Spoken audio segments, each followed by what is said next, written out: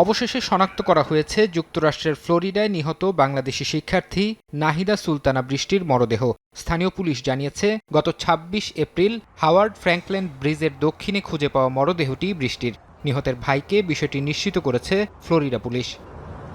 বৃষ্টির পরিবারের পক্ষ থেকে দ্রুত মরদেহ বাংলাদেশে পাঠানোর আবেদন জানানো হয়েছে।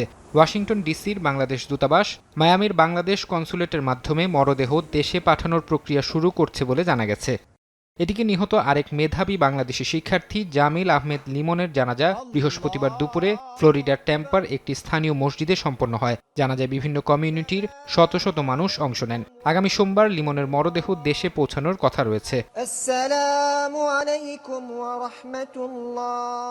জানাজা শেষে জামিল ও বৃষ্টির সহপাঠীরা জানান, শোকাহত দুই পরিবারের পাশে দাঁড়াতে এরই মধ্যে গোফান্ডমিতে একটি আর্থিক সহায়তা অ্যাকাউন্ট খোলা হয়েছে।